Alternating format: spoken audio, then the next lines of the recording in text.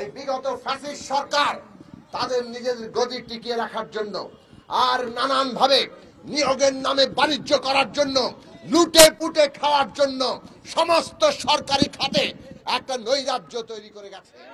বাংলাদেশে শ্রমিকদের জন্য যে আইন, শ্রম আইন, মানুষের যে অধিকার কর্মক্ষেত্রে, সেই অধিকার দিয়ে কাজ করাতে হবে।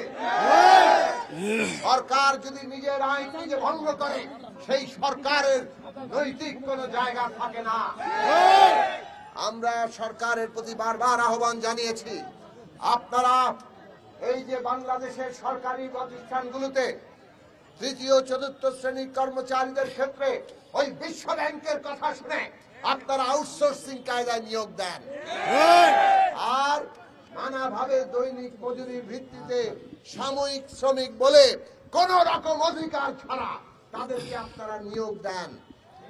সরকারি কর্মকর্তারা আপনারা জমিদার নন, আপনারাও নিয়ম নীতি অনুযায়ী আপনাদের কাজ করতে হয়। আপনাদের যেমন মর্যাদা আছে, অধিকার আছে, আপনাদের প্রতিষ্ঠানে যারা কাজ করবে সে যে কাজই করুক না কেন তাদেরকে অধিকার এবং মর্যাদা দিতে হবে। আমরা দেখেছি এই বিগত ফ্যাসিস্ট সরকার তাদের নিজেদের গদি টিকিয়ে রাখার জন্য আর নানান ভাবে নিয়োগের নামে বাণিজ্য করার জন্য লুটে পুটে খাওয়ার জন্য সমস্ত সরকারি খাতে একটা নৈরাজ্য তৈরি করে গেছে। সেই নৈরাজ্যের আজকে শিকার আপনারা।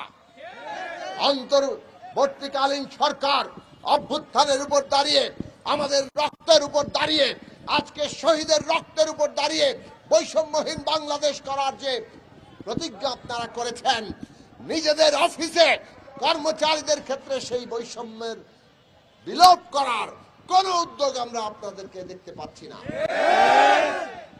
গত 15 মাস ধরে আউটসোর্সিং কর্মচারীরা আন্দোলন করছে, দৈনিক মজুরি ভিত্তিক কর্মচারীরা আন্দোলন করছে।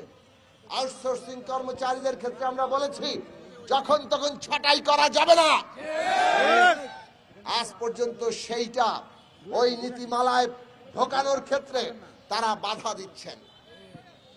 তারা মানুষ নিয়ে যারা ব্যবসা করে, আউটসোর্সিং কোম্পানি তৈরি হয়েছে, তারা মানুষের ব্যবসা করে, সরকারকে পাবলিক লোক সাপ্লাই দেয় এবং সেই সাপ্লাই দিয়ে তারা কমিশন নেয়।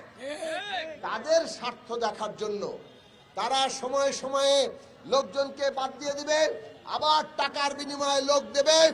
এই 2 নম্বরই এইভাবে লুটপাটের ব্যবস্থা পাকাপোক্ত রাখার জন্য তারা আমরা দেখতে পাচ্ছি তাদের নীতিমালা তৈরি করছেন।